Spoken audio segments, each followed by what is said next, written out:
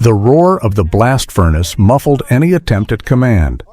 The molten iron, a torrent of liquid fire, ran dangerously close to the edge of the clay mold, and if the alloy was not at the exact point, the projectile would shatter within the artillery piece itself, killing all the men on deck even before the battle began.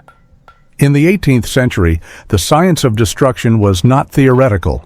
It weighed kilograms of raw metal and depended on the precision of foundry workers who rarely lived long enough to see the result of their work at sea. 9 spheres of molten iron, arranged in layers of 3 and wrapped in a thick canvas tied with tarred hemp ropes. This was not a common cannonball designed to pierce oak hulls, but a mechanism designed to turn air into a wall of metal fragments.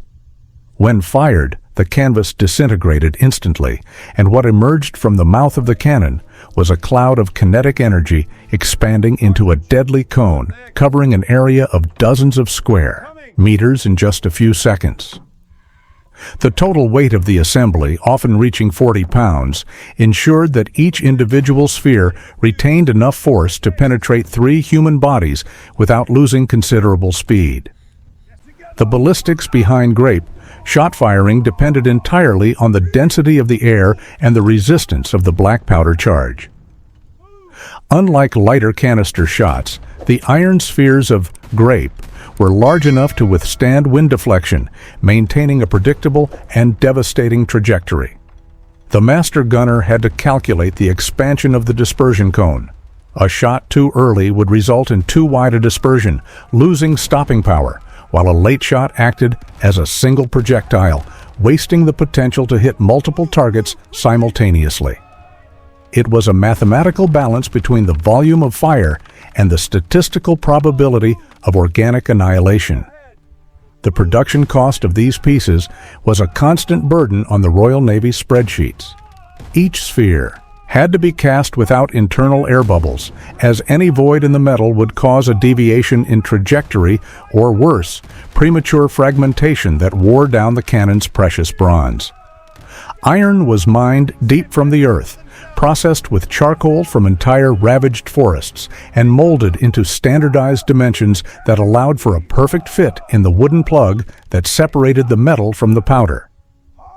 The result was a grim piece of engineering, a product of the nascent Industrial Revolution, focused exclusively on maximizing the efficiency of physical trauma on living tissues and wooden fibers.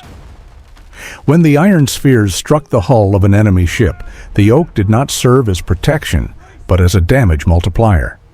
The density of the wood, grown for decades to be impenetrable, transformed into thousands of sharp shards known as wood splinters, flying in all directions under the impact of the iron balls. As the metal crushed bones, the shattered wood tore the skin and eyes of sailors, creating a fog of debris where it was impossible to distinguish what was part of the ship and what was part of the men operating it. The deck, once a platform for technical operation, became a meat grinder powered by kinetic energy. The physics of impact was exacerbated by the confined space between the battery of cannons. A single grape shot entering through an open hatch would ricochet off the metal surfaces and the support beams, creating erratic trajectories that no surgeon could predict. The sound of metal hitting flesh was muffled by the dry crack of oak breaking, a noise veterans described as the crack of 1,000 whips at once. The structure of the ship remained upright, maintaining its nautical integrity, while its soul, the trained crew, was systematically removed by the brute force of projectiles that didn't need to sink the ship to win the battle. From an economic perspective, the architecture of massacre was highly efficient. Sinking a ship of the line represented the loss of a fortune in raw materials and years of handcrafted construction. Capturing it was the goal. The use of grape shot allowed the hull to remain intact, to be towed and incorporated into the winning fleet, while the men were eliminated.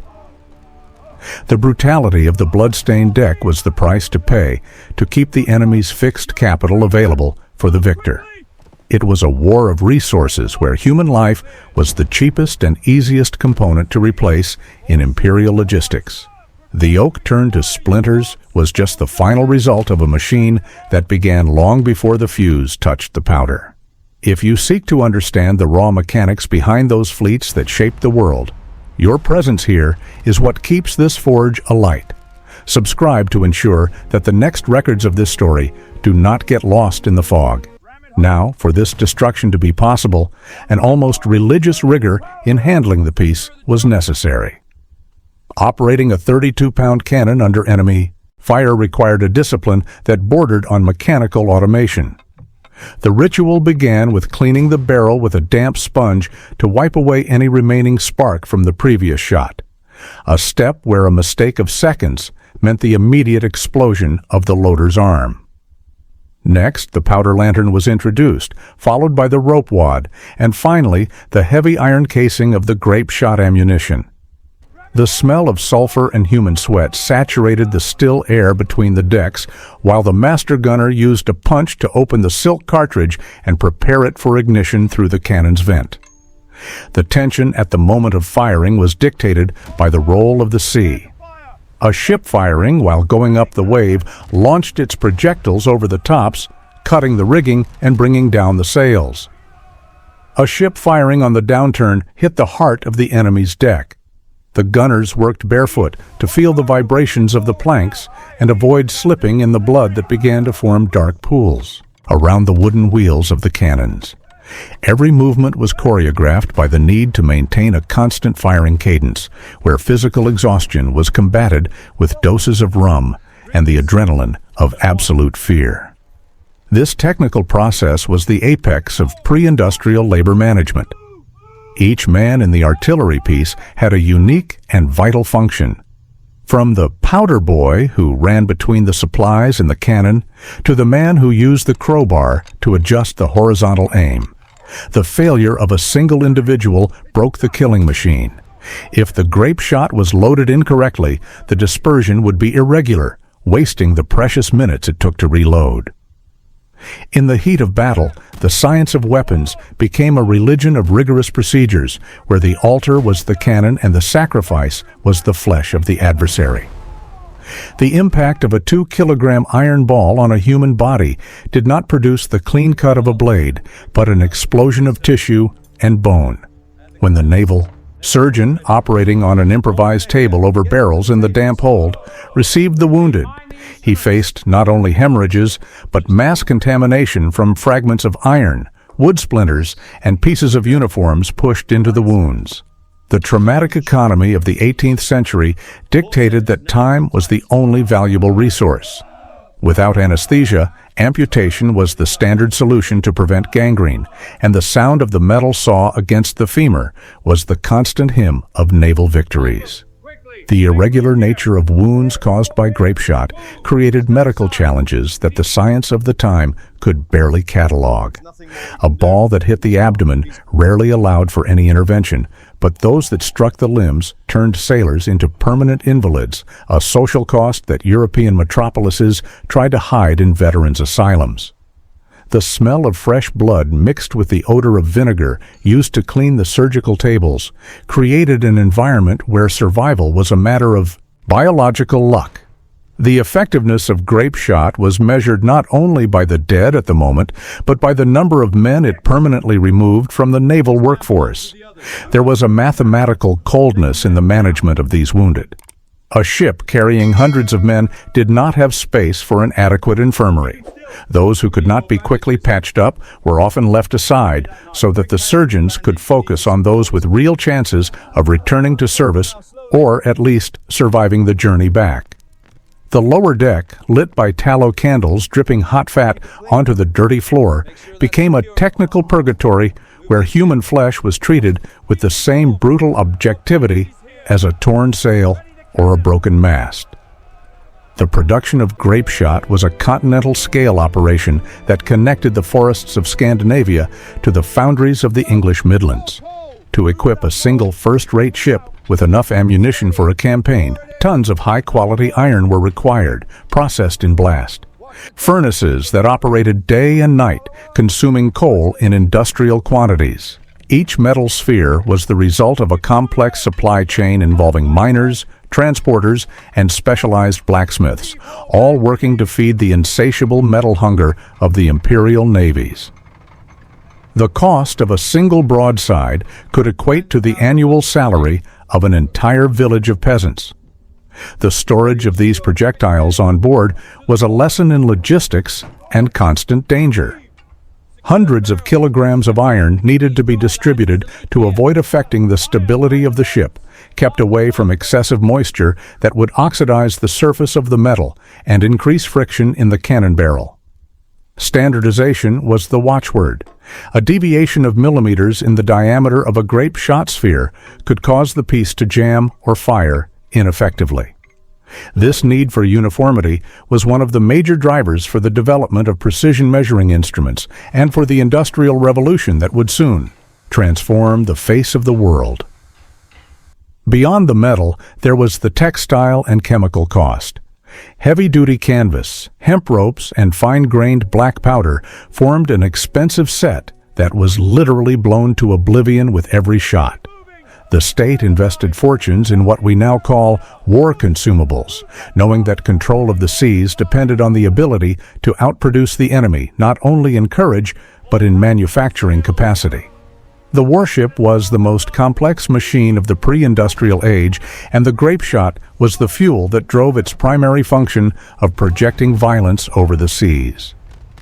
In the bloody chess game of naval battles, grape shot was the precision weapon used for tactical decapitation. The officers, who positioned themselves on the upper decks to direct maneuver and maintain the men's morale, were the primary targets. With their flashy uniforms and vulnerable positions on the deck, they were often swept away by a single volley of grape shot, leaving the ship, directionless and plunging the crew into chaos. The loss of a captain or a first lieutenant in the first minutes of combat was not just a loss of leadership, but a collapse in the complex network of communications that allowed the ship to function as a unit. Death by grape shot was democratic in its brutality, but selective in its application. Gunners were instructed to aim at chest height, where the dispersion of projectiles would hit as many standing men as possible. When the command was eliminated, the hierarchical structure, the cement that prevented mutiny and desertion, began to crack. Without clear orders, the rate of cannon loading fell, the maneuvers of sails became erratic, and the ship, no matter how powerful, turned into a drifting hulk, ready to be boarded and captured. This tactic created a power vacuum that was immediately filled with panic. Grape shot did not seek the physical destruction of the ship, but the destruction of the crew's will to fight through the surgical removal of its leaders. In the 18th century, war was a matter of order against chaos. By introducing the random dispersion of metal at high speed into the enemy command center, the aggressor transformed a disciplined military force into a mass of terrified men, fighting only to survive one more minute under the rain of iron. The end of a combat saturated with grape shots was not marked by triumph, but by a dense and unnatural silence, broken only by the crackling of charred wood and the muffled groans emanating from the ship's innards. The air, a yellow and acrid fog of sulfur and saltpeter residue, took minutes to dissipate, revealing a landscape where the chemistry of gunpowder had permanently altered the matter. The oak surfaces, once polished by naval discipline, became porous, saturated with the embedded iron and a dark patina of oxidized blood that future generations of sailors would never be able to wash completely. The technical analysis of the damage revealed the grim efficiency of terminal ballistics. While the solid cannonballs left clean, structural holes, the grape shot created deep superficial erosion, tearing the fibers of the wood and exposing the skeleton of the vessel. The hemp ropes essential for maneuvering the sails hung like broken nerves, cut by the erratic trajectory of the iron spheres. From the point of view of naval engineering, the surviving ship was a functionally dead structure, a machine whose operational system, its crew, had been crushed by a manufacturing process that prioritized area saturation over armor penetration. Economically, the aftermath of a volley of grape represented the beginning of an exhaustive and costly repair cycle for the state. Each metal impact required the replacement of entire sections of bulkheads, and the cost of re-equipping a ship after such a massacre involved not only wood and iron, but the irreplaceable time of craftsmen and master builders in the royal shipyards. The firing of grape was ultimately the definitive tool of the 18th century war economy, a mechanism that preserved the physical capital of the enemy vessel while industrially liquidating the human capital that made it a threat. At sea, the science of destruction was the necessary prelude to the accounting of victory. What remains on the deck after the fire ceases are not just damage reports or numbers on an imperial payroll. It is the silent testimony that technology in the 18th century advanced at the physical cost of those who had no voice. Each iron sphere recovered from the oak planks carries the weight of an era that learned to industrialize pain before industrializing comfort.